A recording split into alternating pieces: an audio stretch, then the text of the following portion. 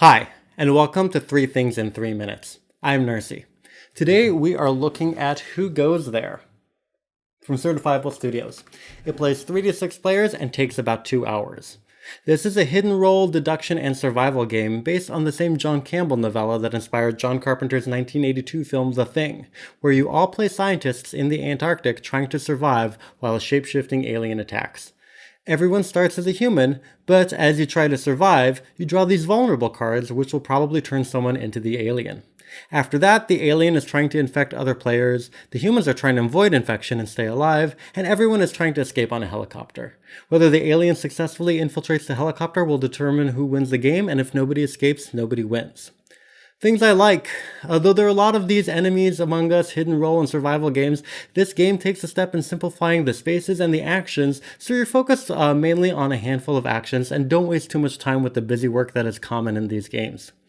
That said, each of the characters has nice asymmetry in their personal decks and abilities, and you can level them up and tailor their abilities a bit how you like, and to complement other players' abilities.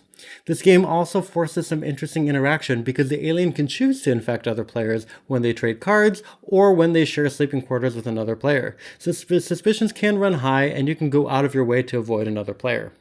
And finally, the game has some great art and components, especially in the deluxe version, which is shown here. Now do yourself a favor and make sure you read the labels on the canned food cards. Some points to consider. One of the biggest challenges in finding the alien in this game is that the alien doesn't actually have to behave in a way that looks different from any other player. Now, many similar games will require that the enemy player behaves suspiciously, but that's less the case here, making you rely on arbitrary things like how many vulnerable cards someone has to decide if you think they're infected. A couple of characters have the ability to check the infection status of another player and become particularly critical to the game's success, so much so that you may be reluctant to play without them. Also, the game relies pretty heavily on luck. When crafting or scrounging for supplies, you're hoping for a card that you need, and that may be buried in the deck, and quite a bit of the game relies on die rolls. This is especially true at the end of the game, where getting away on the escape helicopter has a big swing based on the rolls that the human and infected players get on the helicopter die. Now, while the die adds some tension, after a 2-hour game, it can be frustrating to have the final results dependent on something as simple as a die roll. So, in summary, it is a streamlined hidden role survival game with some nice asymmetry and leveled up player abilities. The game has some clever ways of forcing interaction, though the infected player may be too hard to figure out based on behavior alone. And it can become very luck dependent, most notably in the end game.